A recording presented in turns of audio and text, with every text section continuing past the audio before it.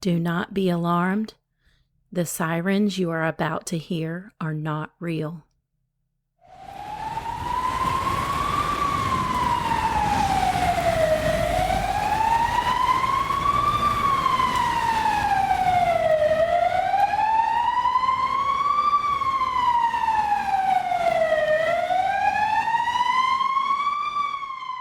Hey there, I'm Holly, the host of this weekly podcast, All Available Units Respond, about disasters and catastrophes. I've moved the release day for new episodes to Friday instead of on Thursdays. Last week, I brought you the story of the station nightclub fire, and in episode 1, I told you the story of the Big Bayou Canot rail accident. Please go back and listen to episodes 1 and 2 if you haven't yet.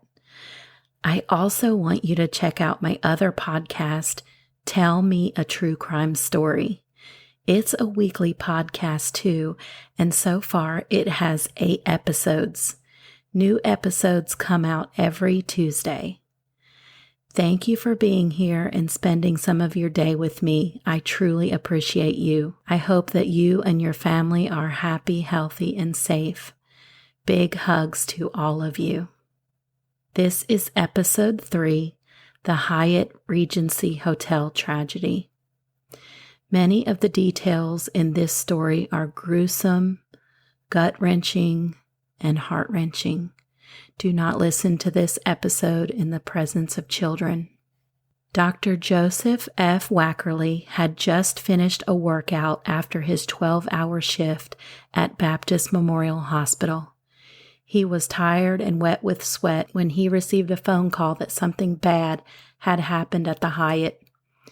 Dr. Wackerly had previously been the medical director for Kansas City, Missouri for 10 years, and the city's current medical director was unavailable that evening, so Dr. Wackerly got the call instead. He was one of the first responders on the scene. He'd responded to other disasters, but when he arrived in the chaos and carnage of the Hyatt lobby, the scene he'd walked into shocked him. There were no lights, save for the hanging electrical wires that were arcing and sparking, and water was flowing from busted pipes. According to a story on NPR.org by Joe Hernandez, Dr. Wackerly said, quote, "I shut my eyes for a moment and said, 'Gee whiz, what am I doing here?' and said a little prayer and prayed that I could do the best I can and then got on with it." End quote. For the next roughly 12 hours, Dr. Wackerly oversaw rescue triage operations for the survivors of the walkway collapse at the Hyatt Regency Hotel in Kansas City, Missouri on July 17, 1981. The Hyatt Regency Hotel opened in the Crown Center District in Kansas City, Missouri in 1980. The Crown Center District is like a city within a city. According to crowncenter.com, the Crown Center District, located on the southeast side of Kansas City, is a mixed-use redevelopment, an 85-acre shopping, hotel, and entertainment district that sees over 5 million visitors each year. CrownCenter.com states, quote, "In the early 1960s, the area where Crown Center sits was filled with rutted parking lots, abandoned warehouses, and a limestone hill cluttered with signs." End quote. The Crown Center District first opened in 1971 with the completion of the first 5 buildings. It now contains 2 world-class hotels, a Hallmark headquarters and visitor center, a 6-acre residential condo community, Legoland Discovery Center, Sea Life Aquarium, an ice skating rink, and over 50 unique shops, restaurants, theaters, and experiences. An elevated corridor called, quote-unquote, the Link, connects the center to Union Station, a reconstructed train station that includes a science museum, exhibits, and an Amtrak station. Crown Center got its name for the crown in the Hallmark Cards logo. Joyce Hall, founder of Hallmark Cards, and his son, Donald Hall, developed the Crown Center Redevelopment Corporation, the real estate development subsidiary of the Hallmark Corporation. Crown Center Redevelopment Corporation manages the 85-acre Crown Center district. I always like to set the scene for you guys so you can get a feel for where our story takes place. That was a description of the Crown Center district where the Hyatt Regency Hotel was built. Now we're going to talk a little bit about the hotel itself, its physical features, and a little bit of its history. The Hyatt Regency still stands today, but is now called Sheraton Kansas City Hotel at Crown Center. It's located at McGee Street and East Pershing Road. The hotel is 40 stories and is Kansas City's third tallest building. When the hotel opened in 1980, it had a revolving rooftop restaurant called Skies. The restaurant closed in 2011 when the hotel changed hands. It reopened as a private club called the Sheraton Club Lounge. On opening day of the Hyatt Regency in 1980, Donald Hall, president of Hallmark Cards Incorporated, and J. Patrick Foley, president of Hyatt Hotels Corporation, presided over dedication ceremonies. The 733-room hotel officially opened on July 1, 1980, but was not totally finished at that time. The uppermost 2 guest floors and rooftop restaurant were set to open later that summer. The fancy lobby had 3 120-foot suspended walkways, or skywalks, each weighing 36 tons, spanning the atrium that connected the north and south ends of the lobby. They were staggered, meaning that the 4th floor skywalk hung 30 feet directly above the 2nd floor skywalk on the lobby's west side. The 3rd floor skywalk was offset from the other 2 on the lobby's east side. Now we're going to fast forward to 1 year later. Michael Mahoney, then feature reporter of KMBC 9 News, was in the Hyatt Regency Hotel's lobby on the evening of July 17, 1981. He and a colleague, then photojournalist for KMBC 9 News, Dave Forstate, were on assignment covering the hotel's tea dance event for the Lifestyle Beat. Mahoney explained in an article on KMBC.com that the tradition at that time in Hyatt hotels was to develop a lobby with the quote-unquote JC factor. This meant that when you walked into one, you went, quote, "Jesus Christ," end quote. I'm sure the architects felt that the skywalk's design contributed to the wow factor of the lobby atrium area because they were made to look as if they were floating.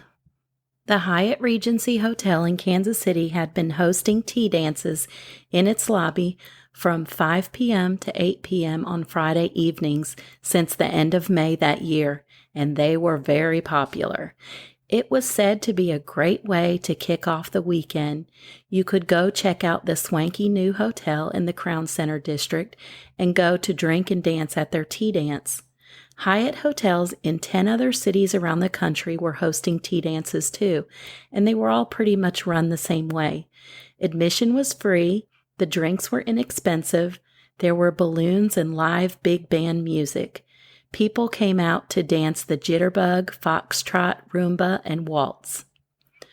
Up to approximately 2,500 people were in the grand lobby at the Hyatt Regency Hotel at 7 p.m. on Friday, July 17, 1981. About 50 to 150 people were on the 2nd, 3rd, and 4th floor skywalks, either dancing or just taking advantage of their great bird's eye view, observing all of the goings-on below them.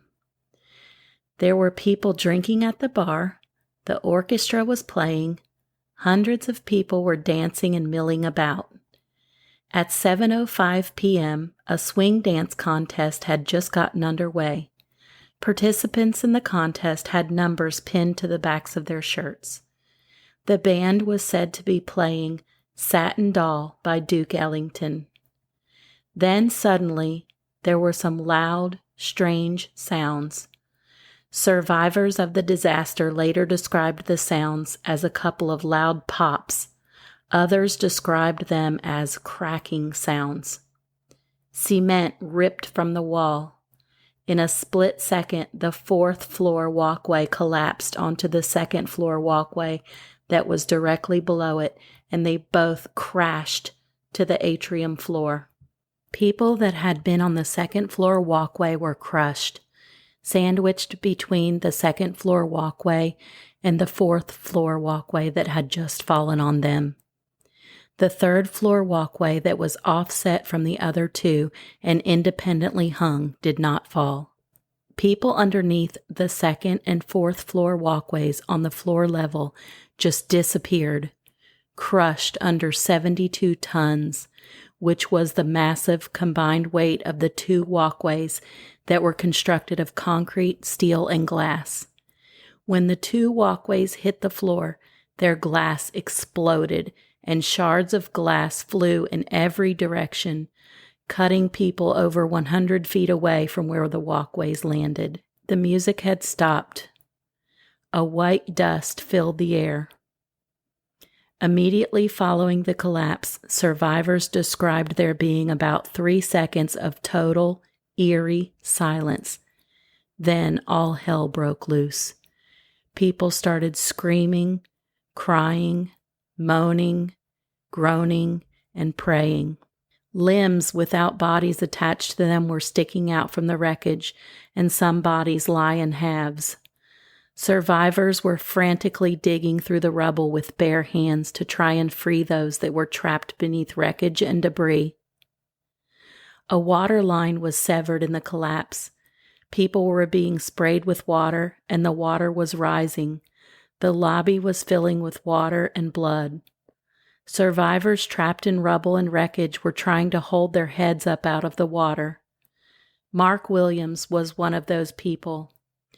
Water flowed across his head, and he was starting to breathe in water. He was afraid he might drown. At almost 8 p.m., after 48 minutes, a hotel engineer was finally able to cut the water supply. At some point, Mark Williams heard a young girl trapped somewhere near him in the wreckage. She was saying Catholic prayers. They talked and said some prayers together. He said she asked where her father was. Mark Williams lied to comfort her and told her that he'd seen her father and that he'd gotten out safely and he was okay. Not long after that, the little girl fell silent. He later found out she was 11-year-old Pam Coffey, the youngest person to die that night.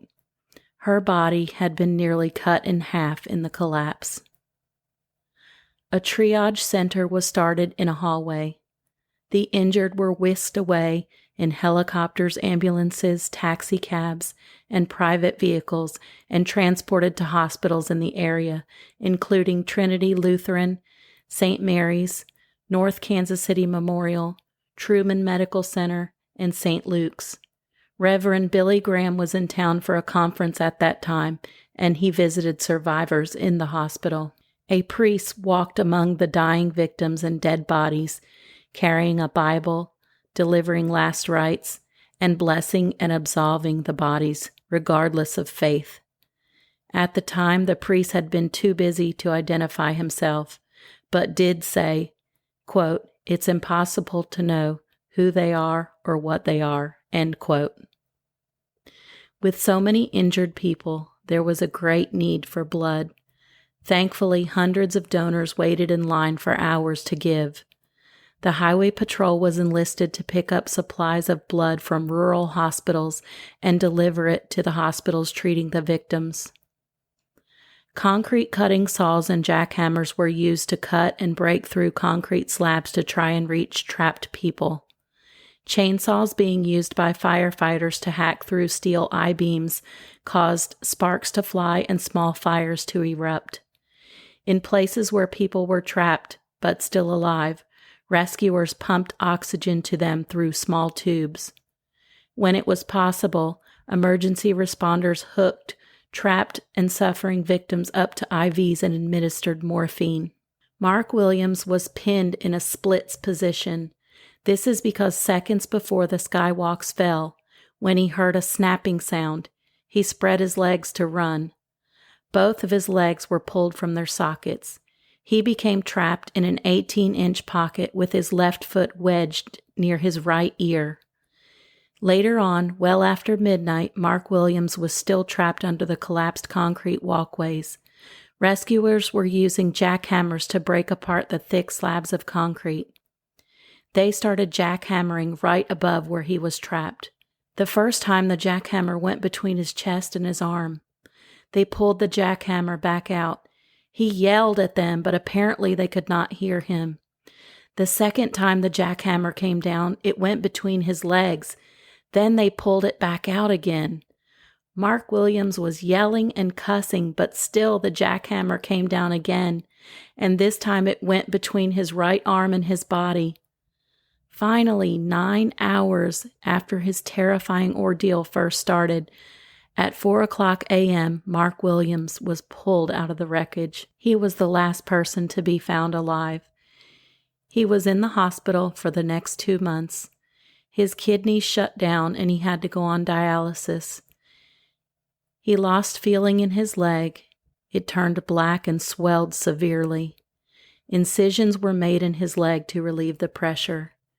He went through physical therapy and at first got around in a wheelchair. Eventually, he was able to walk with crutches, then a cane. He regained feeling in his leg and was finally able to walk again, but with a limp. Around 4 a.m. on July 18, 1981, the rescue mission had turned into a recovery mission. A conference room and parking structure became makeshift morgues. According to KMBC.com, most of the successful rescues that happened had occurred within the first hour of the collapse. The entrance doors to the hotel were removed so that heavy equipment could enter and attempt to lift the tons of wreckage, but that equipment failed. Cranes were needed to hoist enormous pieces of wreckage in order to look for more survivors. 3 large cranes were brought in from a nearby construction site. 12 hours after the collapse, at 7:15 a.m. the next morning, exhausted rescuers lifted the final slab with one of the cranes. Underneath, they found 31 more bodies crushed to death.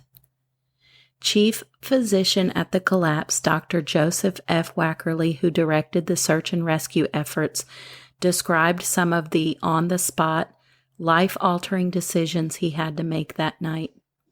He had few resources at his disposal. Initially, there had been no morphine to ease people's suffering. 4 decades after the collapse, Dr. Weckerly explained the dire circumstances in a KMBC.com news article. Quote, "There were times when I looked at them and said, 'I can't get you out. I can't help you. You're going to die. Make your peace with God.' And I moved on. I had to dismember some bodies to get to other bodies, to get some live people out. I had to let a few people die in order that others might live who were going to die no matter what I did." End quote. One victim, the bartender that night, had his legs pinned by steel beams. Dr. Wackerly said to him, quote, "Your leg is not salvageable. Even if we could get it off you, I don't think we can get you out, and you're not going to live otherwise." End quote. At first, the bartender hesitated in giving Dr. Wackerly permission to remove his leg, but finally relented. His leg was amputated with a chainsaw, but he did not survive. Dr. Wackerly later said of the toll the tragedy took on him, quote, It took me 6 months personally and professionally to get a handle on this, end quote. First responders witnessed so many horrifying sights that night. The first Kansas City police officer to respond to the scene, Vince Ortega, said to KMBC.com, quote, "There was nothing that prepared any of us for what was in there and how we had to deal with it later. I remember one of my buddies trying to help this man, and I was trying to help this man. As he was helping, he was pulling and pulled his arm off. He just dropped it and just ran out of there. And I remember there was a lot of officers, paramedics, firemen that left their careers after that. Mentally, they couldn't process it," end quote. In the end, 114 people were killed, among them 18 pairs of husbands and wives, and 216 people were injured. One woman, Sally Firestone, the most severely injured survivor, became a C4 quadriplegic. Below her shoulders, she has no feeling or movement, and she doesn't remember anything from the first 10 days or so following the catastrophe. So how in the heck could this possibly happen, and who was to blame? An investigation began that lasted for many months. The technical details surrounding the how and why of the collapse can be complex for lay people to understand, but in my research I found some news articles that broke down the details of the cause of the collapse into simpler terms. They explained that during the construction of the hotel, the original design of the walkways was changed. The original design drawings called for the second floor and fourth floor walkways to be suspended from the ceiling from a single set of support rods. These support rods would have been attached to the roof framing and would have passed through the fourth floor beams and on through the second floor beams. Under that design, each box beam would have transferred its own load directly into the hanger rods. That design was approved by the Kansas City Codes Administration Office. However, the design was changed so that separate rods hung the second floor walkway from the fourth floor walkway. The change was probably made to save time and money. This new design required the fourth floor walkway to bear its own weight and the weight of the second floor walkway which hung from it. On July 17, 1981, the fourth floor support rod connections could no longer support the weight of both walkways and the people that were on them. Failure occurred at one of the fourth floor box beam hanger rod connections, possibly the middle fourth floor box beam, based on studies of the walkway debris. Progressive failure of the other connections occurred as the load from the failed connection was distributed to the other connections, causing the walkways to collapse. A major conclusion in the report on the investigation issued by the National Bureau of Standards, now called National Institute of Standards and Technology, was that critical connections in the walkways were capable of supporting less than 1/3 of the load expected to be carried by a connection designed under the Kansas City, Missouri Building Code. An online article by licensed architect and attorney Dale R. Ellickson did a great job describing the economic climate in which the hotel was constructed and how that may have contributed to the decisions, errors, and oversights that permitted this catastrophe to happen. For this portion, I'm going to read some excerpts from Dale R. Ellickson's August 25th, 2018 blog post called Tea Dance on the website architects-tales.com. Quote, "The design and construction of the Hyatt occurred during a time of high unemployment, rampant inflation, and double-digit bank interest rates.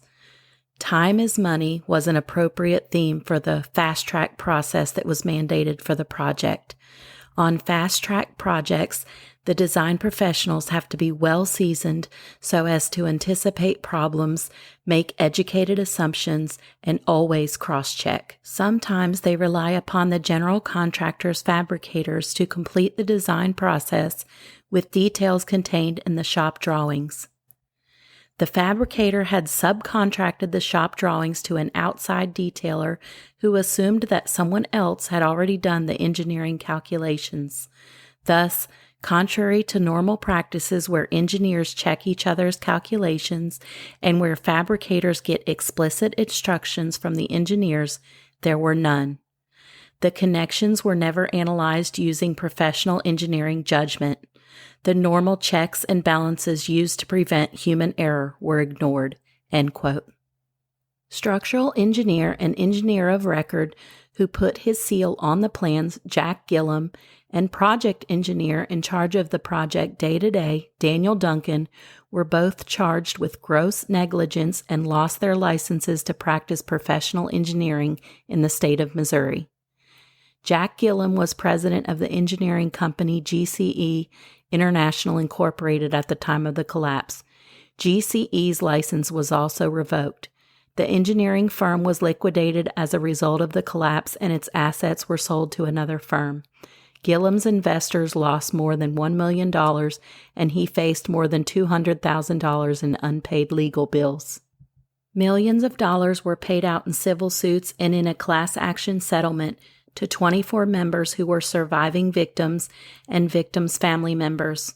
Hallmark also agreed to pay a minimum of $6.5 million to various Kansas City charities over the next 4 years. 2.5 months after the collapse, the Hyatt's lobby had been redesigned and renovated. Where the skywalks had been was replaced with a second-floor terrace. The hotel unceremoniously reopened on October 1st, 1981. 2021 marked the 40-year anniversary of the collapse, and dozens of people gathered at the Skywalk Memorial to reflect on the many lives lost on July 17, 1981, and the many more lives that were affected by the tragedy. The memorial was first completed and dedicated in 2015. The metal sculpture depicts dancers in the air, attached to a steel column that has the names of all those who lost their lives in the collapse etched in it. The memorial stands in the shadow of the former Hyatt Regency Hotel, now called the Sheraton Kansas City at Crown Center. Thank you so much for being here and listening to my new podcast, All Available Units Respond. I really and truly appreciate it. I also have another podcast I want you to check out. It's called Tell Me a True Crime Story. Please subscribe to both of these podcasts so you won't miss any episodes. And tune in next week right here for episode 4 of All Available Units Respond. Hugs to all of you. Bye-bye.